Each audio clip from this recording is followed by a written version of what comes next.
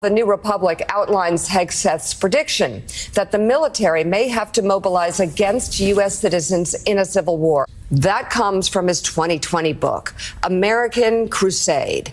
In it, Hegseth writes, America will decline and die. A national divorce will ensue. Very patriotic. Outnumbered freedom lovers will fight back. The military and police, both bastions of freedom-loving patriots, will be forced to make a choice. It will not be good. Yes, there will be some form of civil war.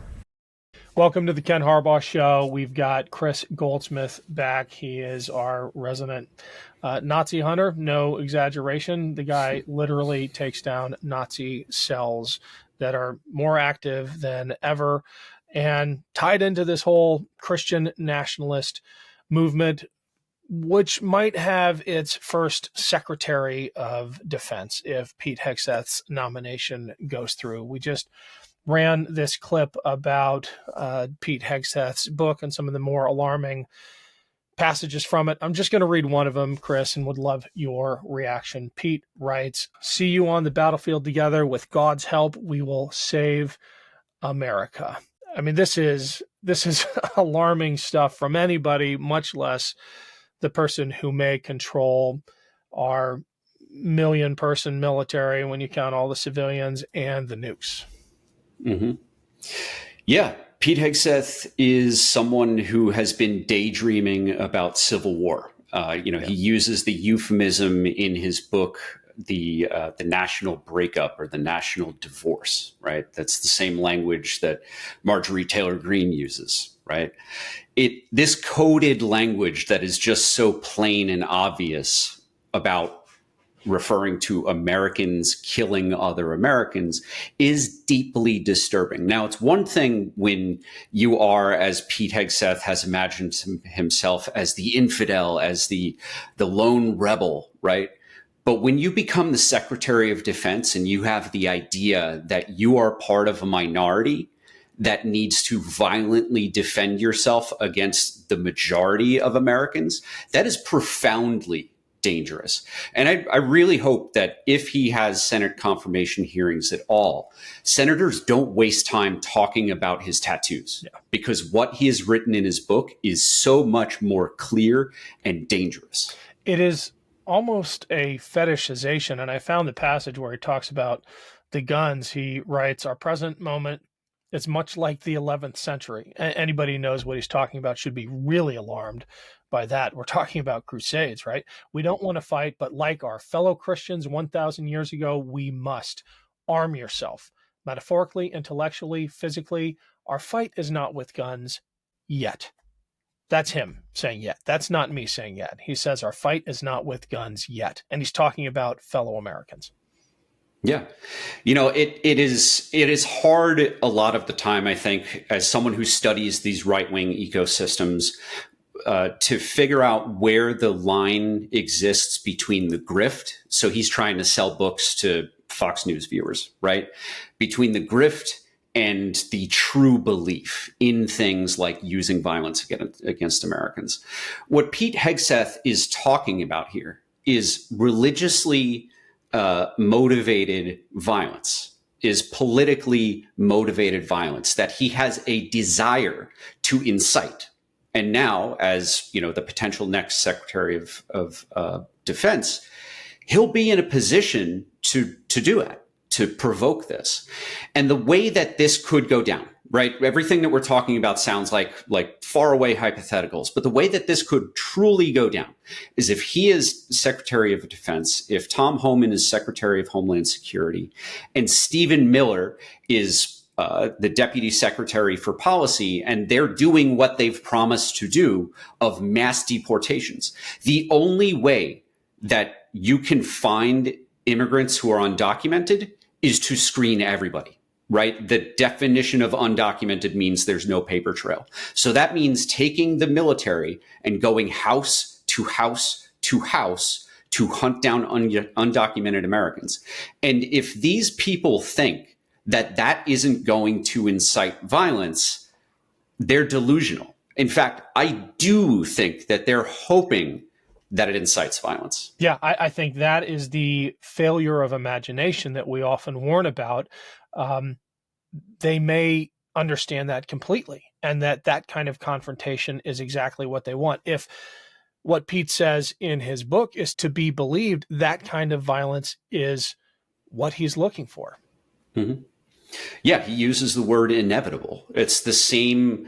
It's the same language that neo-Nazis and the alt-right uses to describe their movement as inevitable, in the way that they believe that white nationalism, this white racism, is inevitable in a pluralistic society. Pete Hegseth believes that Christian nationalism, Christian supremacy, is inevitably going to spark violent conflict. And he is seeking levers of power from our democracy as it still stands today, so that he can use that to impose his will, his belief systems on every American. It's Ken Harbaugh. A quick break to say thank you for all the support. If you value what we do here, please consider joining our Patreon community.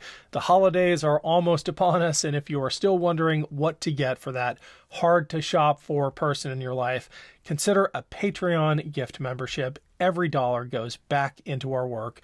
Go to patreon.com/Ken Harbaugh to check it out. Back to the show. Let's talk about his belief system, because you've known him for years. You tangled with him a decade ago during the height of the Iraq War. We just had Paul Rieckhoff on, who crossed swords with Pete Hegseth as well, occasionally found common cause. They wrote an op-ed together a long time ago.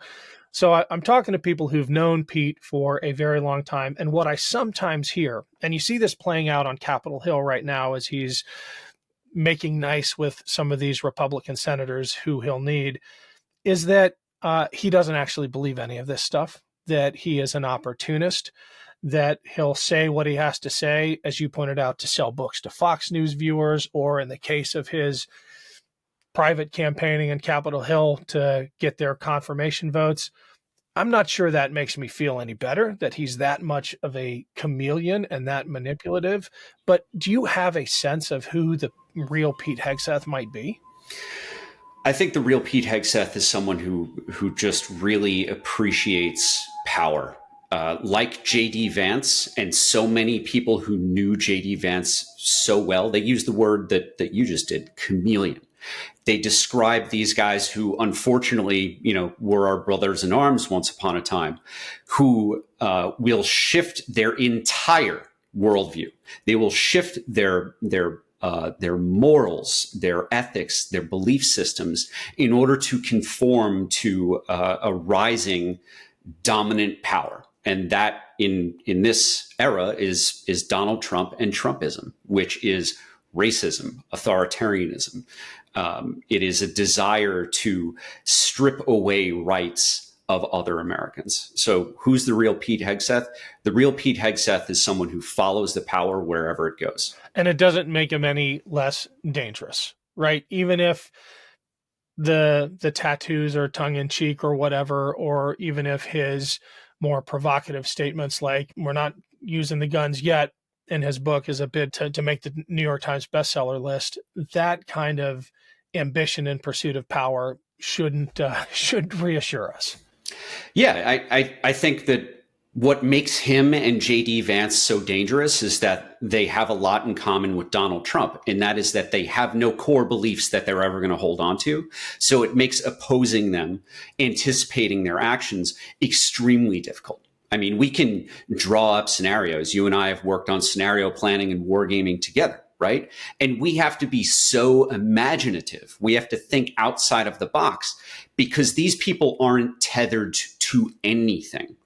And what they are going to chase is targets of opportunity, wedges that they can use to drive between Americans, opportunities that they can exploit other Americans to create fear, an environment of fear, so that they can assert further controls and make people, because they're afraid, want to give up their freedoms in order to feel more security.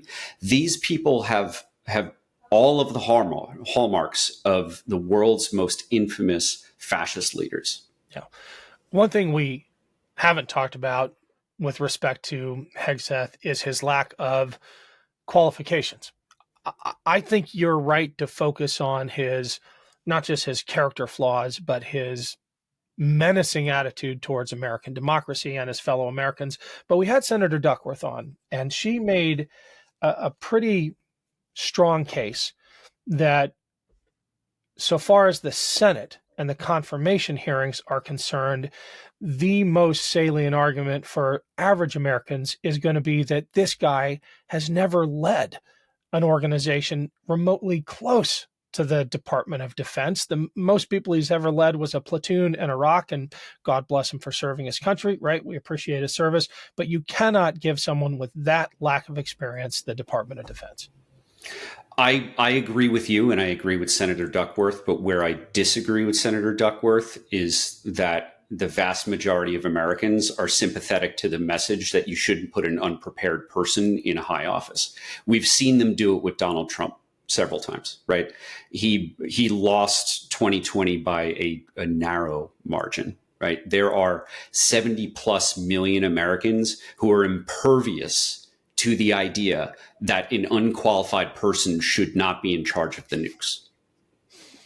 That's the fact, right? I don't think that argument is going to land well. In fact, I think that they are going to, the Joe Rogans of the world, right? The contrarians, the heterodox folks, they are going to say, well, all these people with the great pedigrees, they've been screwing it up for so long. So why don't we just give this guy a chance? That is the logic that has brought authoritarianism into our country, and it's not going to die. It is not going to die tomorrow. It's not going to die during the Senate hearings, where I think that, I hope that people like Senator Duckworth are spending their time is creating a record for historians. If our democracy is to survive this, we want to make sure that the questions being asked of him do, yes, get to his lack of qualifications, but also document in the greatest detail possible the level of extremism of Hegseth and every other Trump nominee, because that record is going to be what future generations, if our democracy survives, and I think it will, that record is going to be what future generations depend on to become more resistant from to the travesty that we are currently experiencing today.